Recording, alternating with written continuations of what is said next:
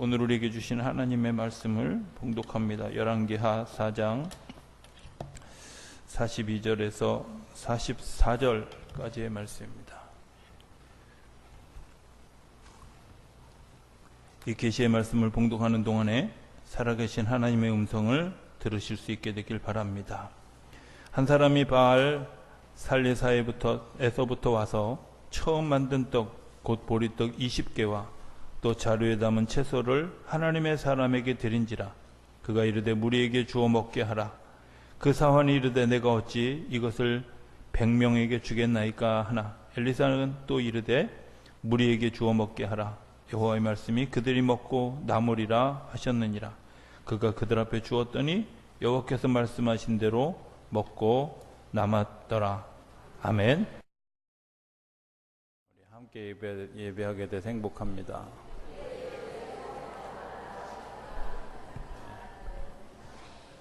우리 함께 예배하게 돼서 행복한 분들이 오랜만에 예배 같이 하시는 분들이, 저도 지난주 빠지고 같이 예배하게 돼서 우리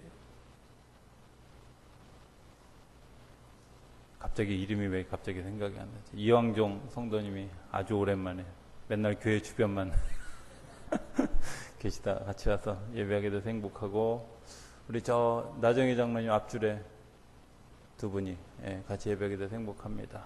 또 우리 미국 갔다 왔더니 한국 사람 이름이 생각이 갑자기, 권사님 생각이 이름이 갑자기 왜 생각이, 강균자 권사님 옆에 같이 예배하게 돼서 행복합니다. 네. 제가 빼먹은 사람이 없죠? 반갑습니다. 지난주간 못 봐서 보고 싶었습니다. 별로 안 믿는 것 같은, 정말 보고 싶었습니다. 일단 한국말을 쓰고 싶었고 한국말을 듣고 싶어가지고 지난주간에 책을 한 40권을 읽었습니다. 아마 제가 고3 때 그렇게 공부했으면 서울대학 갔을 텐데 좀 고생을 좀 하고 여러분들이 기도해 주셔서 잘 마치고 돌아올 수 있도록 해주신 것에 대해서 감사합니다. 요즘 많은 사람들이 제게 묻는 질문 가운데 하나가 이제 이런 거죠. 부장님 금식하고 살 좀 빠지셨나요? 이렇게. 아니, 금식했는데 왜 그 관심이 살 빠진 거에 관심이 있는지. 근데 제가 늘 하는 대답이 있습니다. 지금은 괜찮지만 시간이 지나가면 원상복구 될 겁니다. 왜냐하면 아침에도 어떤 분이 저한테 그렇게 물어서 제가 똑같은 대답을 했는데, 뭐 예를 들어서 살이 빠진다 혹은 삶이 바뀐다 하는 것은 그 사람이 가지고 있는 습관과 그 사람이 가지고 있는 어떤 그 삶의 철학의 문제지, 내가 어떤 순간 조금 절약하고 내가 어떤 순간 좀 절식하고 내가 어떤 순간 조금 상태를 바꾼다고 해서 그 일이 항구적으로 바뀌는 게 아니라는 거죠. 신앙생활을 이야기하면서 많은 사람들이 생각할 때 내가 요걸 조금 더 하면, 예를 들어서 기도생활 조금 더 하면, 헌금생활 조금 더 하면, 내가 예배생활 조금 더 하면 내 삶에 바뀔까? 그렇게 바뀌지 않습니다. 중요한 것은 내 삶을 이끌고 가는 철학이 뭐냐 하는 거죠. 내 삶에 정말 가장 깊은 내 내면을 움직이고 내 심령을 움직일 수 있는 그런 그게 뭐냐, 이제 이런 거가 그의 삶을 좌우합니다. 사람이 바뀌었다, 금방 바뀔 수는 있습니다. 그러나 금방 원상복귀 됩니다. 중요한 것은 성경이 얘기하는 것처럼 born again이라는 겁니다. 다시 태어나는 겁니다.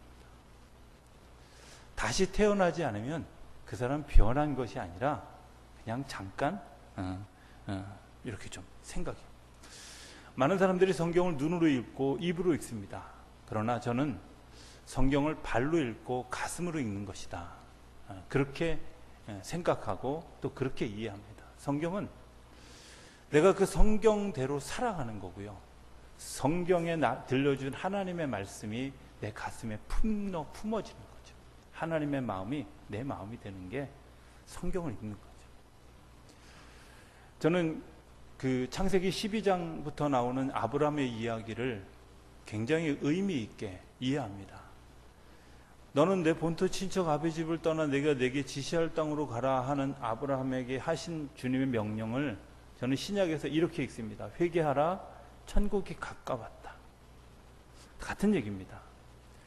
그가 회개하지 않았습니다. 변하지 않았습니다. 변하지 않은 상태로 아비 집을 떠났습니다. 떠났는데 기껏 간 데가 어디냐? 서울에서 떠나서 광화문에서 떠나서 간 데가 과천 정도에 간 거예요. 그런 정도에 가놓고 내가 변했다. 아닙니다. 변하지 않은 것이 12장 후반에 나타나는데 12장 후반에 어떤 사건이 나타나냐면 자기가 이주한 땅에 기근이 드니까 이 기근이 들은 것 때문에 아브라함이 하나님께 묻지도 않고 자기 생각대로 그냥 애굽에 내려갔어요. 애굽에 내려갔는데 그냥 내려가는 게 아니라 애굽에 내려가다 보니까 자기 부인이 너무 이쁘니까 너는 저기 가서 아내라고 얘기하지 말고 누이라고 얘기해라. 옛날 습관 그대로 다 나온 거예요. 자기 생각대로 하고 자기 판단대로 하고 자기가 좋은 대로 하고 자기 욕심대로 하고 하는 좋은 그런 습관대로 다 했어요. 했는데 중요한 건 그 습관대로 했는데 재앙이 내려져야 정상인데 이 재앙이 내려진 것이 아니라 오히려 물질적으로는 풍성해지고 삶적으로는 더 풍성해지는 열매를 가지고 돌아왔어요. 그리고 나서 보니까 무슨 문제가 생겼냐면 그 내가 수고하고 애쓰지 않은 것 때문에 얻어진 물질과 내가 힘써서 얻어진 그런 물질이 아닌 것 때문에 분쟁이 일어나기 시작한 거예요. 저도 예전에는 창세기 12장에 나오는 풍성케 하시는 하나님만 봤어요. 그런데 그 풍성케 하신 하나님 때문에 일어나는 일이 뭐였냐면 분쟁이에요. 내가 부자가 됐는데 부자가 될 준비가 되지 않은 사람이 부자가 된 것 때문에 그 부가 오히려 사람을 망가뜨려. 내가 아직 준비되지 않은 사람이 성공했는데 그 성공한 것 때문에 그 사람의 삶을 망가뜨리는 일들을 하게 된다. 요한웨슬리의 설교 중에 부의 위험성이라고 하는 설교가 있어요. 거기에 보면 갑작스럽게 부자가 된 사람들이 가지고 있는 위험성에 대한 이야기를 해요. 그런데 그 이야기가 사실은 그런 거죠. 갈등을 일으키고 다른 사람들과 부딪히고 자기 주장에 내세운 것 때문에 다른 사람들의 삶이 망가지는 일들. 자, 그 사건이 다 겪어지고 난 다음에 아브라함에게 하나님이 다 찾아오셔서 어떤 마음을 주시냐면 이 분쟁을 해결할 마음을 주시는 거예요. 어떻게? 조카 롯과 더불어서 이야기합니다. 내가 오른쪽 택하면 내가 왼쪽 택하고 내가 왼쪽 택하면 내가 오른쪽 택하겠다. 자기를 내려놓는 마음을 가지게 해요. 자기를 포기하는 마음을 가지게 해요. 내가 당연히 누려야 될 기득권을 포기하는 마음을 가지게 해요. 그리고 조카 롯이 좋은 땅, 젖가꿀이 흐르는 땅, 도시가 번성한 땅을 택해서 가는 반면에 아브라함은 황무지 같은 땅, 이리 보아도 황무지 저리 보아도 황무지 같은 그런 땅을 그리고 차지하게 됩니다. 그 차지하게 되어졌을 때 아브라함에게 하신 이야기가 있어요. 뭐라고 얘기하냐면 아브라함아 동쪽을 봐라, 남쪽을 봐라, 서쪽을 봐라, 혹은 북쪽을 봐라. 동서남북을 다. 저는 속으로 그런 생각을 합니다. 아브라함에게 하나님이 보여주신 그 땅이요, 오른쪽에도 황무지고 왼쪽에도 황무지고 앞도 황무지고 뒤도 황무지인데 복사한 거 4개로 그렇게 똑같이 보라는 이유가 뭘까? 그런데 하나님은 그 뒤에 주시는 얘기가 있어요. 내가 이 땅을 네게 주리라. 언약입니다. 약속입니다. 많은 사람들이 성경을 읽습니다. 그런데 그 성경을 읽는데 성경의 말씀이 언약이 되지 않습니다. 왜? 내가 성경을 눈으로 읽었고 또 입으로 읽었습니다. 어떤 사람이 언약이 되냐면 그것을 가슴으로 듣고 발로 걸어가는 사람이 언약이 됩니다. 아브라함에게 하나님이 주신 이 약속은 어떻게 생각하면 황당하고 어떻게 생각하면 이해되지 않고 어떻게 생각하면 참 위로가 되지 않는 그런 이야기인데 그 이야기를 들은 아브라함이 그가 한 일이 뭐냐? 네, 알겠습니다. 하나님이 약속하신 그 땅에 내가 믿음으로 가겠습니다 하고 발걸음을 움직이고요. 땀을 쏟고요. 기도를 쏟고 그리고 삶을 쏟습니다. 창세기 14장에 가면 놀라운 일이 일어나는데 어떤 일이 일어나느냐? 국제정세가 막 흔들립니다.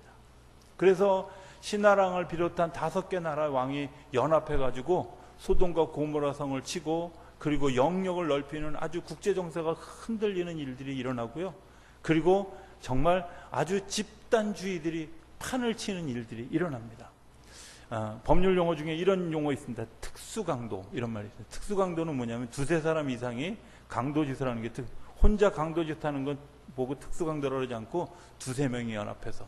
그런데 5나라의 왕이 합쳐져 가지고 소돔도 치고 고모라도 치고 하는 그런 일들이 벌어나고 아주 특수강도를 행하는 그런 일들이 벌어졌어요. 거대한 세력입니다. 잘 발달한 소돔 땅도 고모라 땅도 그들에게 먹혔습니다. 그런데 놀라운 사실은 그런 사실들 때문에 가슴 아파하는 사람이 생겼다는 거예요. 그게 누구냐? 아브라함이에요. 아브라함이 뭐 때문에 가슴 아팠냐? 조카 롯의 가족들이 그곳에 끌려갔다는 이야기를 듣고 가슴이 아프기 시작했어요. 그런데 그 가슴 아픔 때문에 이 아브라함이 일어납니다. 어떻게 일어나냐면 성경은 이렇게 표현해요. 집에서 길리고 훈련한 사람 318명과 그와 더불어서 연합하는 2개의 나라의 왕들이 연합해서 이 거대한 세력에게 도전을 해요.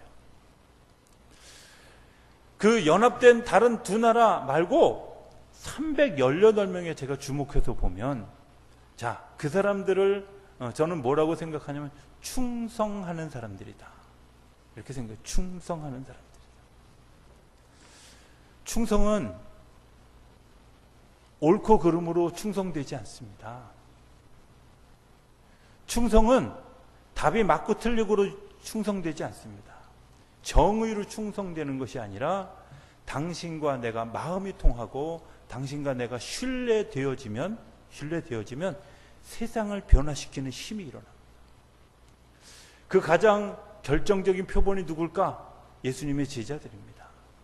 예수님의 제자들 하나같이 별 볼 일 없는 사람들이었는데 그 하나같이 별 볼 일 없는 사람들을 예수님이 모으셔서 예수님이 그들과 더불어서 살아가면서 삶이 감동이 되어지고 예수님의 말에 신뢰가 되어지고 예수님이 죽으시고 부활하신 것 때문에 그들의 마음이 동하여지고 움직여지니까 그들이 전 세계 곳곳에 복음을 전하기 위해서 자기 목숨을 걸고 나갔어요.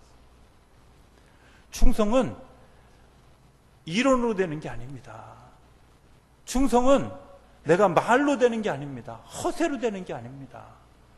충성은 내가 그 옳음을 믿고 같이 걸어가는 겁니다. 충성은 나 혼자 가는 것이 아니라 하나님과 함께 가는 겁니다. 주인과 함께 가는 겁니다.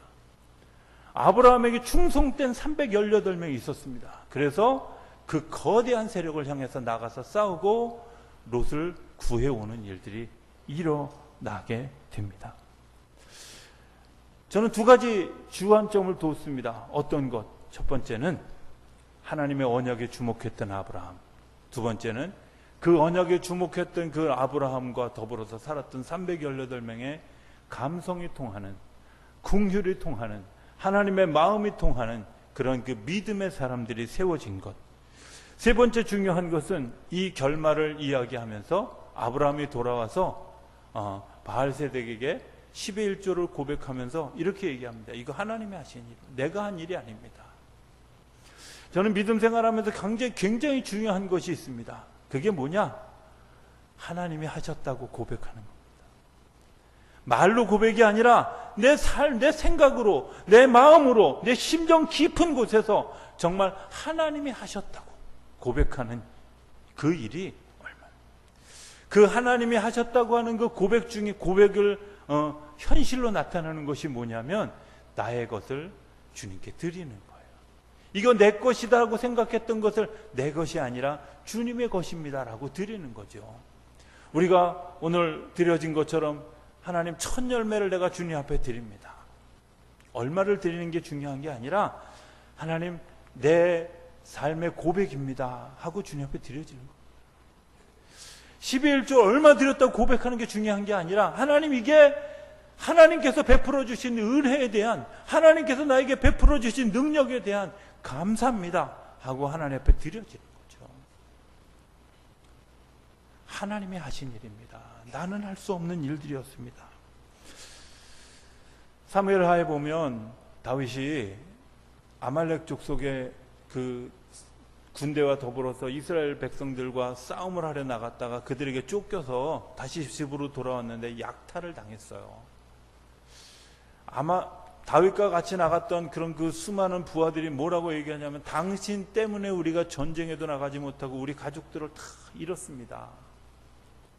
이런 원망을 들으면서 다윗이 그 싸움을, 그것을 약탈해 갔던 사람들을 향해서 갈려갑니다. 그런데 중간에 무슨 일이 일어나냐면, 전장에도 나갔다 왔고 자기들도 마음이 피폐할 대로 피폐하고 힘들어서 중간에서 뭐라 하냐, 우리는 더 이상 못 가겠습니다. 그러니까 이 사람들은 내버려 두고 따라오는 사람들만 데리고 전쟁터에 나갔어요. 그리고 그 싸움에서 이기고 자기의 부하들과 부인들과 자녀들을 다 찾아왔습니다. 그런데 싸움에 나갔던 사람들이 뭐라고 얘기하냐면, 다윗 왕이요, 싸움에 나갔던 우리들만 분깃이 있고 지금 가다가 중간에 멈춰섰던 이 사람들에게는 분깃이 없습니다. 나눠주지 마십시다. 이렇게 얘기하니까 다윗이 뭐라고 얘기하냐면, 아닙니다. 아닙니다. 이 일은 누가 했다고요? 하나님이 하셨다. 하나님이 하셨기 때문에 나에게만이 아니라 이 사람들과 더불어 나눠야 된다는 사실을 이야기하는 거예요. 우리는 종종 이렇게 생각합니다. 내가 한 것입니다. 아닙니다. 하나님이 나에게 하도록 힘을 주셨고 응원할 수 있는 사람들을 주셨고 지금도 응원하는 사람들을 붙여주신다는 겁니다. 저는 그런 생각을 종종 합니다. 운동 경기를 보면서 운동 경기를 하는 사람들도 중요하지만 더 중요한 것이 있습니다. 누군지 아세요? 그게 응원하는 사람들입니다. 미국에서 돌아오기 전에 그 학교에서 워싱턴 둘러스 공항까지 택시를 타고 왔습니다. 젊은 20대 한 후반, 중후반쯤 되는 그 기사 청년이었는데요. 이 청년이 막 타자마자 물어보는 거예요. 차이 나냐? 그래서 차이 안 난다고. 오랜만에 조크가 먹혔어요. 그죠? 한국 사람이라고. 그랬더니 한국, 코리아 그러더라고요. 제일 먼저 꺼낸 얘기가 뭔지 아세요? 2002년 월드컵 얘기를 먼저 꺼내더라고요. 제가 잘 아는 분야잖아. 스포츠 분야. 막 박지성 얘기하고 뭐 어쩌고저쩌고 얘기를 하는데 그 친구가 뭐라고 얘기를 하냐면, 나는 놀랐다. 뭐에 놀랐냐? 당신들의 그 응원하는 열정에 놀랐다. 맞다고. 그 친구가 뭐라고 얘기하냐면요, 운동 경기는 선수가 싸우는 게 아니라 응원하는 사람들의 힘이 얼마나 크게 작용하는지를 자기가 느꼈다는 거야. 제가 한 얘기 아니라 그분이 한 얘기예요. 그치? 맞다. 그쵸? 여러분들, 누가 나를 응원하고 누가 나와 더불어서 힘을 합하고 누가 나와 더불어서 기도하고 누가 나와 더불어서 그 길을 걸어가는 그것들 때문에 오늘 내가 힘을 얻고 갈 데가 얼마나 많은지요. 그것 때문에 내가 정말 용기를 내서 갈 수 없는데 내가 더 이상 갈 힘이 없을 때 그 기도 소리 때문에, 그 응원 소리 때문에 다시 일어나서 가는 거예요. 하나님이 오늘 우리를 위해서 기도하고 예수님이 우리를 위해서 기도하는 그 일 때문에 내가 넘어질 것 같은데도 일어나고, 내가 절망할 것 같은데도 소망을 가지고, 내가 미워할 수밖에 없는데도 불구하고 사랑할 수 있어. 내가 믿음이 없어서 아무것도 할 수 없는 그런 상황 가운데 있을 때 하나님, 그래도 내가 하나님을 의지하고 걸어가겠습니다. 열왕기하 4장에 보면 거기에도 세 가지 사건이 나와요. 첫 번째 사건은 선지생도의 아내가 엘리사를 만나자마자 뭐라고 얘기하냐면, 우리가 죽게 되어졌습니다. 당신 우리 남편 선지자였던 요즘으로 얘기하면 신학생이었던 남편이 얼마나 충성했는지 아십니까? 아시지 않습니까? 그런데 그 신학생이었던 남편이 죽었습니다. 자기와 아들 둘이 남아있는데 그 신학 공부한다고 빚진 것 때문에 이제 당신들 아들들을 종으로 삼으려고 하고 자기를 종으로 삼으려고 한다고, 자기에게 희망이 없습니다, 이렇게 고백하는 그 여인에게 엘리사가 뭐라고 얘기하냐면 가서 그릇 다 빌려오라고. 그리고 그 그릇에 기름을 붓기 시작했는데 그릇마다 기름이 다 찼어요. 그리고 그것을 팔고 남은 거 가지고 너희들이 생활하라고. 영화 같은, 만화 같은 이야기잖아요. 그런데 저는 굉장히 중요한 게 있어요. 그 이야기 가운데 하나님이 막 정말 이런 놀라운 역사를 베풀어 주는 것, 그것을 얘기하려고 했을까? 아닙니다. 진짜 중요한 것은 뭐냐면 내가 하나님의 은혜를 누리기 위해서 준비된 그릇이 어디 있냐는 거예요. 그 그릇이 비워져 있냐는 거예요. 하나님이 내게 은혜를 베푸시길 원하십니까? 네! 하고 내 몸을 엽니다. 내 마음을 엽니다. 내 손을 주께 듭니다. 내 입을 주께 엽니다. 하나님 이곳에 부어주십시오. 이곳에 역사해 주십시오. 하고 기도하는 마음이, 기대하는 마음이 우리에게 있느냐는 거예요. 절망만 하고 있는 사람에게는 그런 기도가 없습니다. 희망을 잃어버린 사람에게는 그런 기도가 없습니다. 아니, 더 이상 기대할 것이 없는 사람에게 그런 기도가 없습니다. 그런데 중요한 건 절박하고 바닥에 떨어져 보고 더 이상 희망이 없을 것 같을 때 그가 할 수 있는 일들이 뭐냐? 체면 불구하고 그릇이라도 빌려서 갖다 놓고 하나님의 은혜를 구하는 거예요. 하나님의 역사를 구하는 거예요. 하나님 이곳에 역사예요.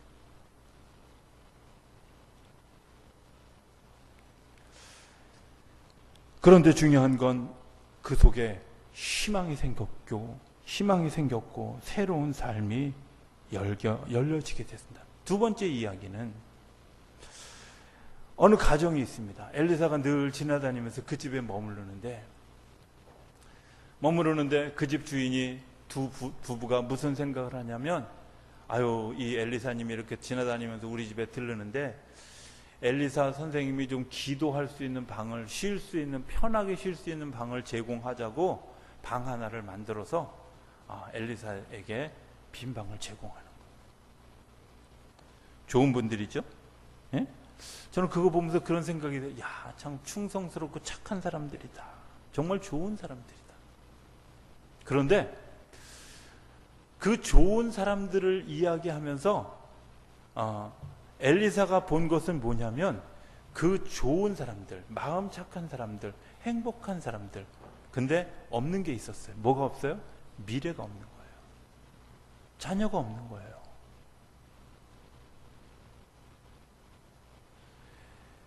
그 자녀 없는 것들 때문에 엘리사가 하나님의 마음으로 감동하고 그들에게 이야기합니다. 언약의 이야기를 하죠. 내년 이맘때쯤에 당신들에게 자녀가 생길 것입니다. 이야기하니까 그것에 대해서 이분들이, 아내는 마지못해 받아들이고 남편은 거부한 듯해요. 그런데 중요한 건 1년이 지나고 난 다음에 아이를 낳았어요. 낳고 났는데 아이가 어느 정도 자라서, 제가 생각할 때 한 5, 6살쯤 자랐는데 아이가 죽었어요. 근데 굉장히 중요한 얘기를 하나 해요. 그 성경에 보면 이 여자분이 엘리사에게 찾아가겠다고 남편에게 이야기를 합니다. 내가 오늘 엘리사 선생님을 좀 찾아가려고 합니다. 그러니까 남편이 뭐라고, 오늘 주일날도 아니잖아. 오늘 예배 드리는 날도 아닌데 왜 가? 이렇게 얘기하는 거예요. 별거 아닌 것 같죠? 오늘 예배 드리는 날도 아닌데 왜 가? 안식일도 아닌데 왜 가? 이 이야기 속에는 내가 가지고 있는 보편성이 있다는 거야. 그냥 남들이 다 하는, 남들이 그냥 다. 그런데 이 여인의 마음 가운데는 어떤 마음이 있어요? 하나님의 감동이 있는 거죠. 하나님이 우리를 불쌍히 여겨주셔서 이 생명을 구원해 주시기를 원하는 기대가 있는 거죠. 하나님 나를 불쌍히 여겨주십시오 하는 기도가 그 안에 있어요. 그래서 엘리사에게 찾아갑니다.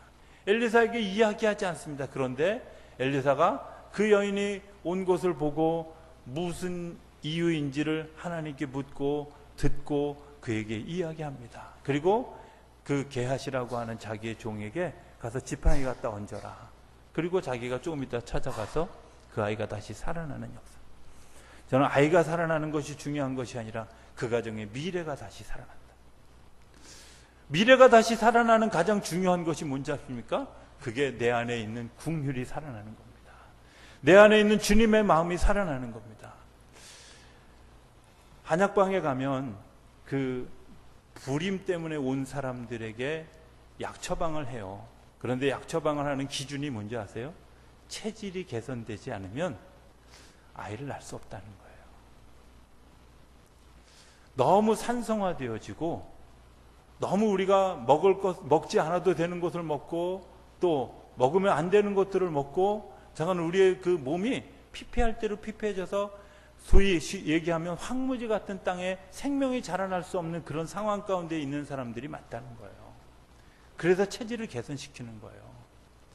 여러분들 한국교회를 향해서 많은 사람들이 비난하면서 이런 얘기합니다. 한국교회가 어쩌고 저쩌고. 저는요 그렇게 생각해요. 생명을 낳을 수 없는 황무지가 되어졌다면 그 땅을 개간하는 일이 우선입니다. 내 마음밭에 생명이 자라날 일이 없다면 여러분들의 마음밭이 바뀌어지는 것이 우선입니다. 내 마음밭이 바뀌어져야 됩니다. 내 심령이 바뀌어지고 내 삶의 습관이 바뀌어지고 내 기도하는 습관이 바뀌어지고 내가 마음을 품는 일들이 바뀌어지고 내가 중요한 우선순위가 바뀌어지는 일들이 우리 안에 일어나야 생명의 역사들이 일어나는 거지. 생명의 역사들이 없는 것들, 그 황무지 같은 땅에서는 아무런 역사도 일어나지 않는다.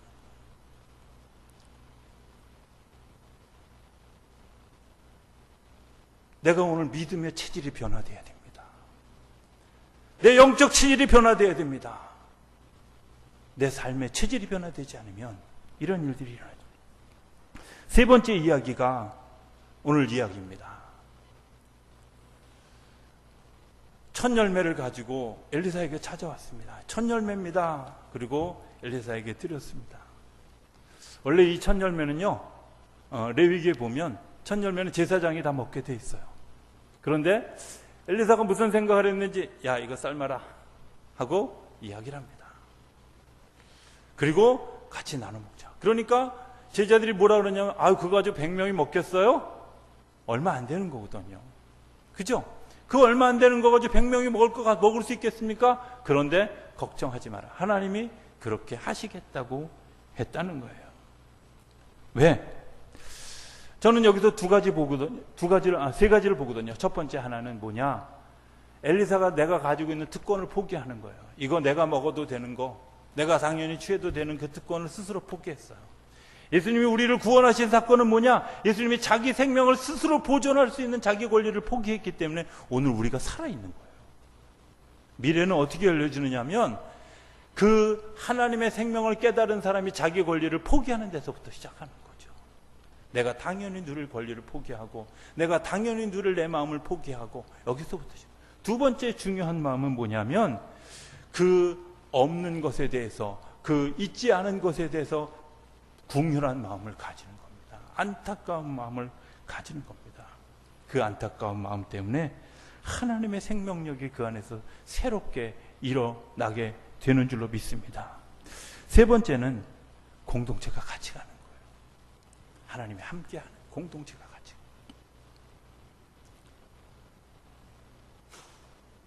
공동체가 같이 가는. 놀라운 사실 하나를 제가 경험했습니다. 제가 여러 가지 일이 있어서 워싱턴에 수업을 하기 전에 뉴욕에 잠깐 들렀습니다. 버스를 이제 메가버스라고 하는 버스를 타기 위해서 시간을 예약을 해놓고 그리고 다른 일행 세 분과 이제 저랑 같이 가는 또 한 분의 목사님과 이렇게 저희 둘이 따로 가고 이 세 분은 이미 그 메가버스를 타러 갔어요. 이 경험이 되게 웃기는 거죠. 이틀을 제가 뉴욕에서 지내보다 보니까 그 메가버스 타는 데까지 40분이면 가. 이 생각이 작용을 했어요. 그래도 1시간 전엔 가야지. 그리고 1시간 반 전에 우버 택시를 불렀는데 이 택시가 30분을 지체하고 만났어. 그래도 1시간이니까 여유가 있잖아요. 여유가 있어서 이제 택시를 타고 쭉 가는데 맨하탄에 들어서자마자 차들이 막 막히는 거예요. 왜 그런가? 그랬더니 작년에 그날이 동성애가 합법화된 날이라고 동성애자들이 그 뉴욕 맨하탄 거리에서 퍼레이드를 하는데 우리가 가야 되는 버스 정류장이 여기 있으면 버스 정류장이 이렇게 가로질러가지고 여기서 퍼레이드를 하는 거예요. 그러니까 아무도 여기를 못 넘어가는 거예요. 막 차 안에서 동동동동 발을 굴리는 시점까지 갔는데 문득 머릿속에 어떤 생각이 들었냐면 그래 전철 이런 생각이 드는 거예요. 전철. 근데 더 놀랐던 건 제가 그 전날 지도 찾느냐고 제 핸드폰에 구글 지도를 펴놓은 거를 인터넷이 안 되기 때문에 구글 지도를 열 수 없는데 구글 지도를 펴놓은 거를 제가 우연히 발견하고 가까운 전철역을 찾고 해서 막 제가 가방 들고 막 열심히 뛰어가지고 1분 전에 도착해서 버스를 탔어요. 무용담을 얘기하려고 한 것이 아니라 세 분이 정말 간절한 마음으로 기도했다는 거예요. 그리고 그 중에 한 분은 뭐라고 얘기하냐면 어떤 경우에도 두 분이 오실 줄로 믿었다는 거죠. 놀랍지 않습니까? 그냥 우연이라고 생각하면 우연이죠. 그런데 저는 믿음으로 그걸 봅니다. 하나님이 하셨던 일이에요. 공동체가 같이 가는 겁니다. 우리는 종종 이렇게 생각합니다. 그 사람, 저 사람, 나, 너 아닙니다. 우리입니다. 같이 가는 겁니다. 가족 식구들이 우리인 이유는 더불어서 같이 가기 때문에 그렇습니다. 교회 공동체가 우리인 이유는 같이 가는 겁니다. 마을을 얘기하면서 우리 동네라고 이야기하는 것은 같이 가기 때문에 우리 동네라고 얘기하는 겁니다. 나라를 벗어나 보면 우리나라라고 아주 자신 있게 이야기하는 이유가 뭔지 아십니까? 고국에서 들려지는 슬픈 소식도 가슴 아프고 기쁜 소식 때문에 같이 기뻐하는 일들이 일어나기 때문에 우리인 겁니다. 저는 저와 더불어 살아가는 우리가 있다고 믿습니다. 어쩌면 맥주감사절에 하나님이 나를 변화시켜서 나를 감동시켜서 나에게 새로운 고백을 하게 하셨다면 이제 나로부터 시작된 하나님의 역사가 우리로 열매 맺어질 수 있도록 오늘 내가 당연히 누려도 될 권리를 포기하는 엘리사처럼 자기에게 주어진 그 맥주절의 예물을 다른 사람들과 나누는 그런 일들이 그 안에서 일어날 때 나에게 일어났던 생명력이 그 사람에게도 또 다른 사람에게도 또 다른 지역에서 또 다른 그런 삶의 자리에서 일어나게 될 줄로 믿습니다. 전 그 믿음의 역사가 우리 교회를 통해서 우리 성도들을 통해서 우리 성도들의 가정을 통해서 일어나게 되리라 믿습니다. 그 130일의 여정을 우리가 같이 출발할 때 정말 그 믿음의 기적을 바라보면서 걸어가고 승리의 소식들이 정말 날마다 계속되는 역사가 저와 여러분들 가운데 일어나게 되기를 주의 이름으로 축복합니다. 기도하겠습니다. 저희들을 사랑하시는 아버지 하나님, 하나님의 은혜와 사랑을 감사합니다. 저희들에게 주실 또 다른 은혜를 기대하며 오늘 첫 열매를 하나님 앞에 올려드립니다. 하나님, 내게 주어진 그 믿음의 고백이 우리의 고백이 되게 하시고 더 넓은 영역으로 퍼져가는 그런 삶의 역사로 이어져 갈 수 있도록 우리 가운데 축복해 주시고 우리를 인도하여 주시옵소서. 그리고 그 승리를 경험한 것 때문에 더 큰 기쁨을 누리는 우리 모두가 되도록 역사하여 주시옵소서. 예수님의 이름으로 기도드립니다.